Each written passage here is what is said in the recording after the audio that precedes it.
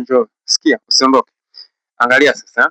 Umewahi kuwa ni mmoja wa wale watu ambao wanadhani au wanasingizia. Unakaa sehemu unasema, yani ningekuwa na mtaji, ningefika mbali.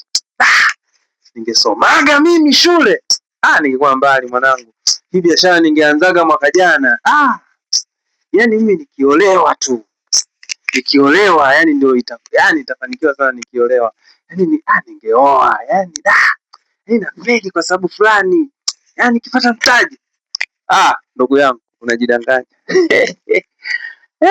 Umeisha, yani wewe umeisha. Hiyo ni ishara mojawapo ya kwamba wewe ni mvivu kupitiliza. Wewe ni mvivu. In either way you must move forward. Kwa namna yote ile lazima usonge mbele. Kwa ukiona umefika mahali ambapo unasingizia chochote kile, kutokana na kufeli kwako, ujue wewe ni mvivu pro max. Mvivu pro max. Kwa sababu ni tabia ya wavivu kusingizia. Tabia mojawapo ya mvivu ni kusingizia. Anasema hivi, mvivu anasema nje kuna simba, haendi nje kwa sababu amesikia nje kuna simba. Ndio tabia ya wavivu. Yaani anasingizia kitu ambacho hakipo.